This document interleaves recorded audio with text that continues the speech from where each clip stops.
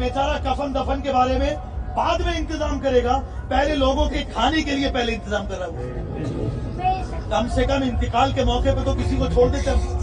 مذاق بن گیا ہے۔ کتنے نوجوان یہ کہتے ہوئے نظر آتے ہیں کہ کوئی پٹھا مر کیوں نہیں لیا، بریانی کھانے کو مل رہا۔ بتاؤ، یہ ایک مذاق بن گیا بھائی۔ موت پر لوگ ڈرتے تھے، کانپتے تھے۔ یہ قبرستان میں آپ جمائیں، حضرت عثمان غنی جب قبرستان میں آتے تھے تو روتے روتے داڑھی بھیگ جاتی تھی، ایک ایک قبر پہ کھڑے ہو کے 2-3 گھنٹے روتے تھے۔ اور ہمارا حال یہ ہے کہ ہم قبرستان کو بھی اپنے بازار بنا دیا ہے۔ اعلان ہوتے ہیں، کبھی کھانا کھا کے جائیو سب۔ ایک جگہ تو رمضان کے مہینے دوپہر کے وقت میں اعلان ہو رہا تھا، جبکہ بادشاہ اسلام کا کیا حکم ہے کہ اگر اسلامی بادشاہ ہو اور کسی کو سریعان رمضان کے مہینے میں کھاتے پیتے دیکھے تو گردن اڑا دے۔ اور آج قوم کی جہالت کا یہ عالم ہے۔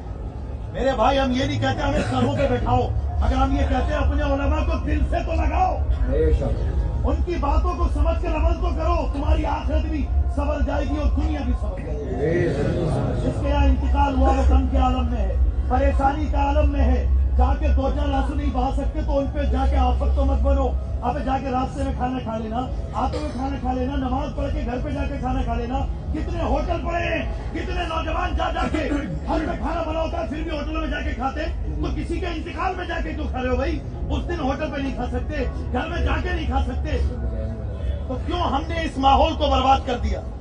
لیکن اپنی ناک اونچی کرنے کے لیے بھی کچھ لوگ نہیں مانتے کسی کی بات۔ ابے لوگ کیا کہیں گے، ہمارے رشتے دار کیا کہیں گے؟ قرضہ لے رہے ہیں، قرضہ لے کے تو آپ حج پہ نہیں جا سکتے جناب، جو فرض ہے زکات نہیں دے سکتے، جس پہ کیا کہتے ہیں اتنا قرض ہو کہ وہ صاحب نصاب نہ رہا ہو۔ زکات جو کہ فرض ہے اسلام کا، حج جو کہ فرض ہے اسلام کا، مگر کسی مقروض پر یا ایسے پر جو صاحب استطاعت نہیں، اس پر نہیں ہے فرض۔ تو جو فرض چیزیں ہیں وہ اسلام نے فرض نہ کی، اور آپ نے وہ چیزیں